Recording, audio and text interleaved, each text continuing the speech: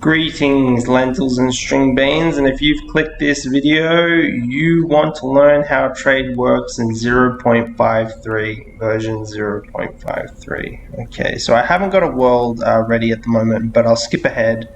I'll do a little bit of editing for the first time on my channel, and I'll skip ahead and show you how trade the gist of trade works.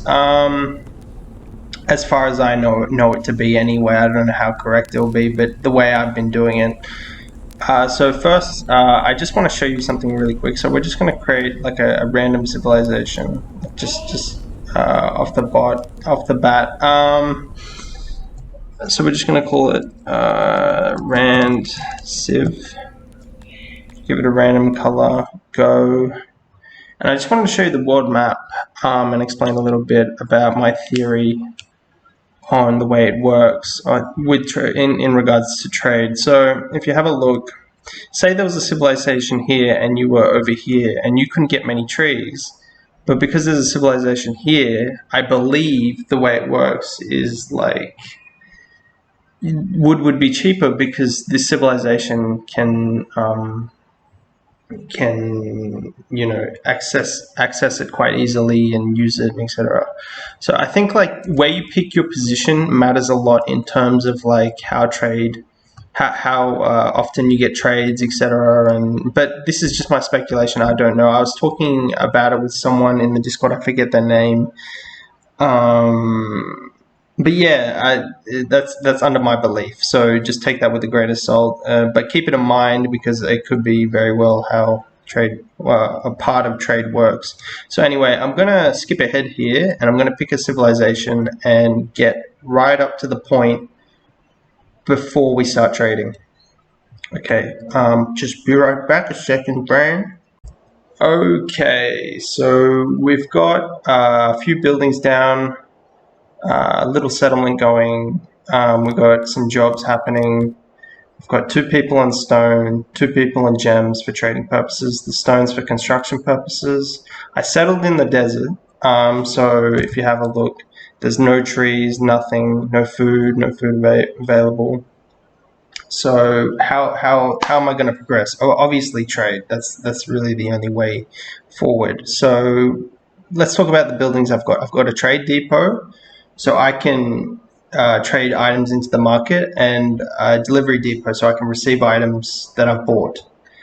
And okay, so we're just going to let it play for a bit and acquire some gems, and then we'll go from there. So I don't know how long that's going to take if everything's set up correctly.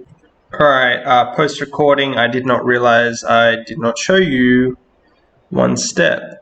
And that is this little tab right here called resources up in the top right hand corner. When you click that, this brings up this menu, which is basically your capacity. It has like different tabs. It has stored, which is what you have stored in your stockpiles, for sale, what you have on your trade depot, and then it has capacity, what your capacity is at currently. Then it has net, so net profit, like how much you're earning per, I don't know, whatever the tick it is, and then earnings, how much you're earning every tick. So basically, yeah. Okay, this is post recording, so anything you see here that doesn't make sense in a couple seconds, don't worry about it, okay? Okay, so we go to the gems, and say we want to sell some, we export them. And say we want to export when storage is over 10%. So 10% of my warehouse storage capacity of gems, once it's over that limit, it will start selling gems. So we will accept that. And then say we wanted some food, wrong button. Then if say we wanted to receive food, or receive any item for that matter, we go import. So when storage is below, say 100%, it's below 100%, we start importing grain. Do that with fruit. Okay, and okay, I'll talk a little bit about sellers and buyers. Okay, this X box with the X on it is like basically stockpiles of how much they have on the market. This is under my belief as well. I'm not like officially speaking for Zach and how the actual code works, etc. But Jake, I'm not speaking for Jake, for example. Speaking about how his code works or anything. I'm just kind of like, you know, in my own brain. So this is the stockpile they have. This is how much they're selling it for, like per unit, I believe. So that's pretty expensive for a desert map, in my opinion. And this is how much they're buying it for. Okay, so now we've got fruit at 100%, grain at 100%. Now really the next step is to click on our trade depot, and this, okay, so when I slide it up, this has a capacity 12 crates. If I click 100% for these gems, all 12 of those crates will become gem crates. Okay, so alright, so another example. Say I did stone. 56 of those crates will be stone because that's 50% of 12. This is how I believe it works. I'm not like I might be talking out of my ass, but I hope this this tutorial is at least like 10% helpful. I mean, it's worked for me so far, but you get the gist, right? This is just the percentage of how much the stockpile on the trade depot is going to contain. So we'll go up to gems to max. And delivery depot. This is what you want to buy from this specific delivery depot. So for instance, I want to buy fruit from this one, grain from this one, and that's it. That's really how you do it. That's pretty much exactly how you do it. Now we're just going to let it play, and we'll see if we can spot a trader. Okay, so we'll just finish up this video with making some trades. So up in the top corner over here, you'll see the treasury. This is how much money you have basically. Under my belief, it does not affect reputation / might at this point, but I could be wrong. I could be, you know, I haven't played the game that well. I just really want to help people. That's all there is to this video. But okay, so we got some gems in the stockpile. So when that's over 10%, so what is it at now? It's 3%. Okay, so now, what is it at now? 15%. They should, in theory, throw some onto the trade depot. Yep, they've done it. Okay, now it's a waiting game. Pretty much when a trade happens, I don't know, I think it's every 3 days, there should be at least one trade happening. And when this trade happens, you'll gain some currency. And with that currency, you will then be able to buy fruit or whatever you put in your delivery depot. And I think another important note is I think you must have a stockpile on the item you want to buy, otherwise it won't be delivered. I don't know, and I know you, just from that example before, I know you need a stockpile of the item to actually sell it in the first place. So yeah, so we're just waiting for a quick delivery, and it's about to hit winter.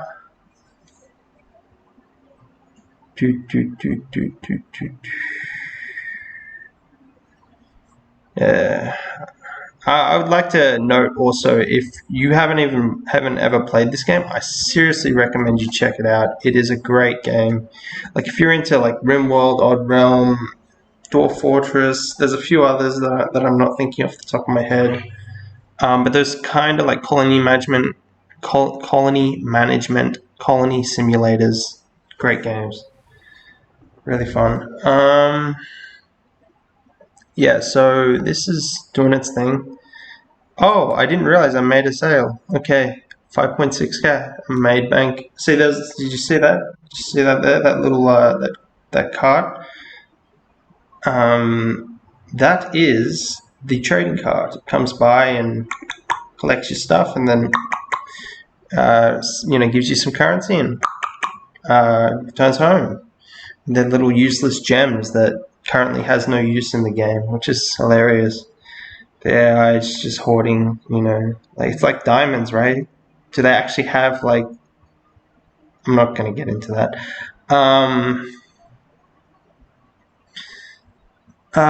Yeah, so let's just make this final trade for either whatchamacallit, grain or fruit. And then we'll go over one last review on how it all works, and not how it all works, but the process that I went through to come to that point.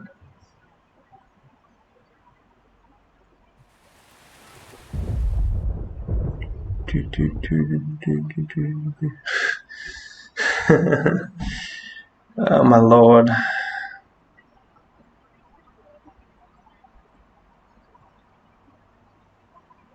Oh yeah, might as well plug this while you're just sitting here aimlessly watching. You probably skip through this part, so you won't even hear it. But check me out on Twitch, m0gz. That's my channel name. I should be streaming at least once a day at this point. It's at a random time of the day. I will eventually, once enough viewership happens on my YouTube channel, post like a schedule. Not a schedule, but just like notification when I go live, etc. But yeah, so that's something. If you want to watch more of me being aimless and whatever.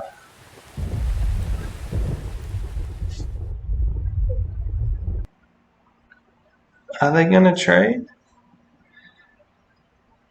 Sometimes it takes a bit. Sometimes it really does take a bit. Just gonna let the video play and see what happens.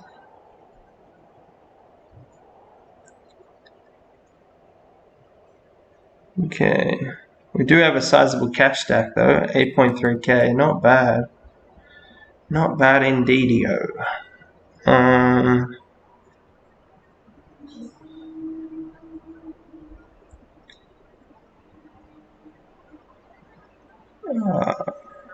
This is a lot of dead air right now. A lot of stuff I want to be happening, but it's not happening. Just gonna double check. So really you gotta make sure, sometimes like in especially maps like this, desert maps, where it's critical that you get that food supply early on and the wood supply, etc. I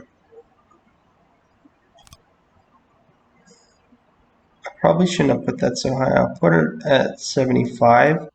So it's below 75% storage. I actually made them like, I put it so my food storage completely runs out before they actually send another shipment, which is not ideal at all, especially for this map where you can't actually farm food or anything. So I'm just going to set this to 75. Okay, there we go. Just sit back and watch the food roll in.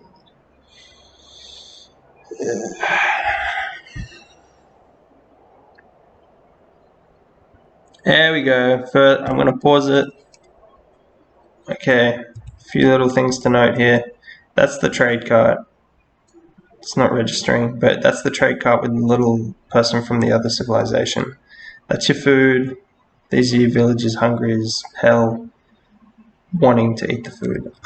Gems, etc. Okay, and we're going to go through step by step again. So probably off the bat, you usually do this anytime before you actually start trading. So the item you want to trade, export is to sell that item. So sell when storage is over 10%, okay. And then the item you want to buy, say it's fruit, import import when storage is below 75%. So when your storage is, say, grain, your storage goes below 50%, it's like, oh, I need to import. So it puts out a little message to all the other civilizations, hey, you got any grain? I'm going to buy it. This is like pricing stockpiles. So if I'll give you an example of something. So say you wanted to get, what's a really obscure one? Yeah. Okay, opiates cost a lot of money, and there's really not that many on the market, like barely any at all. So that trade would take a hell of a lot of time. So if you're on a desert map and you really want to find good trades, generally the two best ones is fruit and grain, but sometimes vegetables have a high stockpile and a low price. And that means they'll just trade really quickly and etc. Trade really quickly and be very cheap.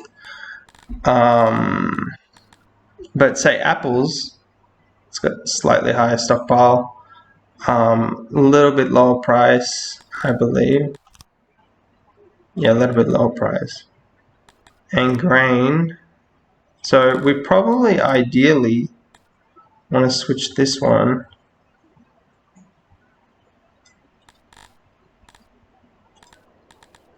to vegetables.